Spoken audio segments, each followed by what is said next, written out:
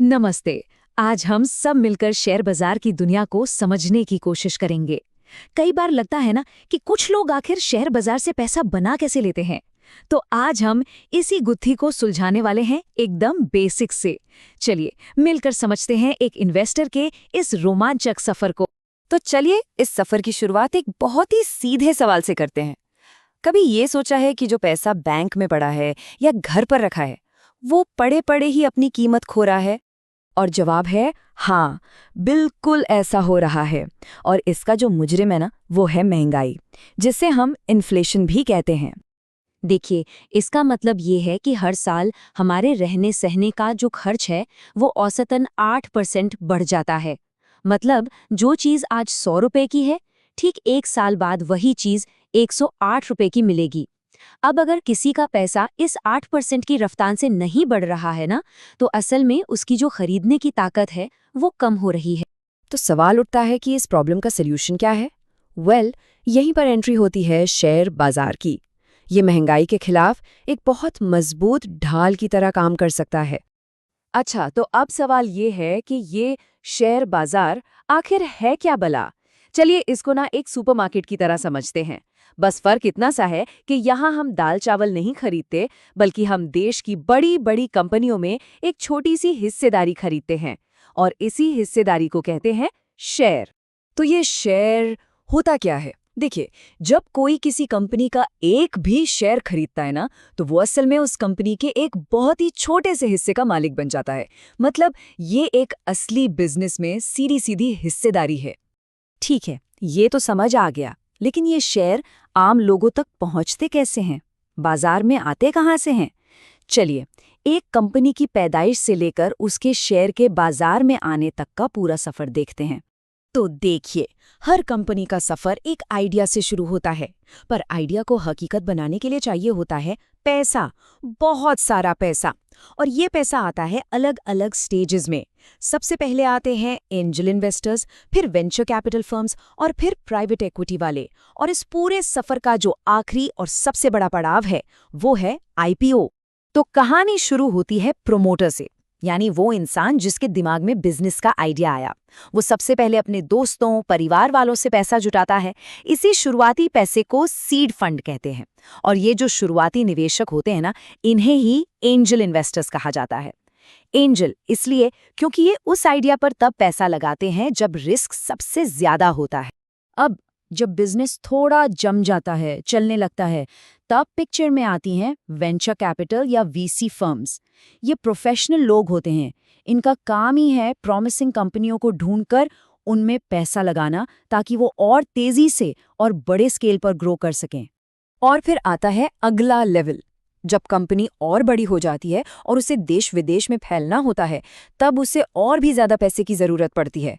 तब वो जाती है प्राइवेट इक्विटी यानी पीई फर्म्स के पास, जो बहुत बड़े अमाउंट में निवेश करते हैं। और इन सब पड़ावों को पार करने के बाद आता है वो दिन जिसका सबको इंतजार होता है, आईपीओ, मतलब इनिशियल पब्लिक ऑफरिंग। ये वो प्रोसेस है जिसके जरिए एक प्राइवेट कंपनी पहली बार, जी हाँ पहली बार, आम जनता को अपने शेयर बेचती है और स्टॉक मार्केट में लिस्ट हो जाती है। चलिए, तो अब कंपनी बाजार में आ चुकी है, उसके शेयर भी उपलब्ध हैं। लेकिन एक निवेशक के तौर पर यह फैसला कैसे लिया जाए कि कौन सा शेयर खरीदें? यहीं पर दो बड़े स्कूल ऑफ थॉट, या कह लीजिए दो मुख्य तरीके सामने आते हैं। इसको ना दो अलग अलग सवालों की तरह सोच सकते हैं। पहला सवाल, फंडामेंटल एनालिसिस, ये पूछता है कि किसी शेयर की असली कीमत क्या होनी चाहिए। और दूसरा सवाल, टेक्निकल एनालिसिस, ये पूछता है कि अभी बाजार का मूड क्या चल रहा है। चलिए पहले वाले को थोड़ा और खोदते हैं। फंडामेंटल एनालिसिस में ना एक निवेशक जासूस बन जाता है। वो कंपनी की पूरी जन्म कुंडली निकालता है, उसकी बैलेंस शीट, वो कितना कमा रही है, उस पर कितना कर्ज है, उसकी इंडस्ट्री कैसी है, इन सब बातों की गहरी पड़ताल की जाती है। मकसद बस एक होता है, ये पता लगाना कि शेयर अपनी असली कीमत से सस्ता मिल रहा है या महंगा।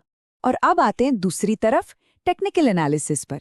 इसका मानने वाला कहता है कि भाई ये सब बैलेंस शीट वगैरह देखने की जरूरत नहीं है, जो कुछ भी है वो सब शेयर की कीमत में पहले से ही रिफ्लेक्टेड है। तो ये लोग सिर्फ प्राइस चार्ट्स और वॉल्यूम देखते हैं और बाजार की साइकोलॉजी को पढ़कर ये अंदाजा लगाते हैं कि कीमत आगे किधर जा सकती है। तो इन दोनों तरीकों को और भी आसानी से समझने के लिए हम इन्हें दो किरदारों का नाम दे सकते हैं। एक है बिजनेस का जासूस और दूसरा है मार्केट का साइकोलॉजिस्ट। तो जो हमारा जासूस है यानी फंडामेंटल एनालिस्ट, वो कैसे काम करता है? वो टॉप डाउन अप्रोच अपनाता है। मतलब पहले वो पूरे देश की अर्थव्यवस्था को देखता है, फिर वो उस इंडस्ट्री पर फोकस करता है जिसमें कंपनी है, और सबसे आखिर में वो उस एक कंपनी की एक एक चीज की बारीकी से जांच पड़ताल करता है।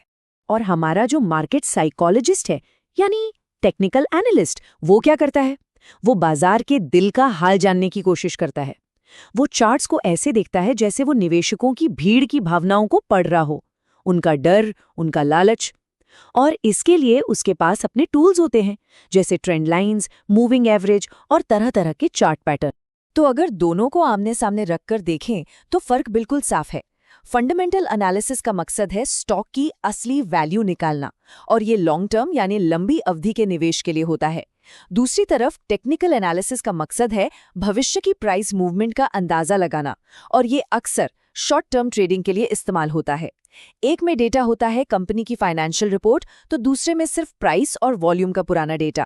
तो अब सबसे बड़ा सवाल कि इन दोनों में से बेहतर कौन है, जासूस या साइकोलॉजिस्ट? इसका जवाब शायद ये है कि ये दोनों ही लड़ने के लिए नहीं है, बल्कि ये दोनों ही एक स्मार्ट निवेशक के टूल किट का हिस्सा है। इससे समझने का एक बहुत ही शानदार तरीका है। कहते हैं कि फंडामेंटल एनालिसिस ये खोजने में मदद करता है कि क्या खरीदना है, मतलब कौन सी अच्छी कंपनी है, और टेक्निकल एनालिसिस ये बताने में मदद करता है कि उसे कब खरीदना है, मतलब सही एंट्री पॉइंट क्या हो सकता है। तो आखिर में ये सवाल हर निवेशक के सामने आता है, उसे क्या बनना है? एक जासूस जो कंपनी की तह तक जाए, एक साइकोलॉजिस्ट जो बाजार की नब्ज पकड़े, या फिर दोनों का एक स्मार्ट कॉम्बिनेशन? खैर, इस सवाल का जवाब तो हर निवेशक को अपने सफर में खुद ही ढूंढना पड़ता है।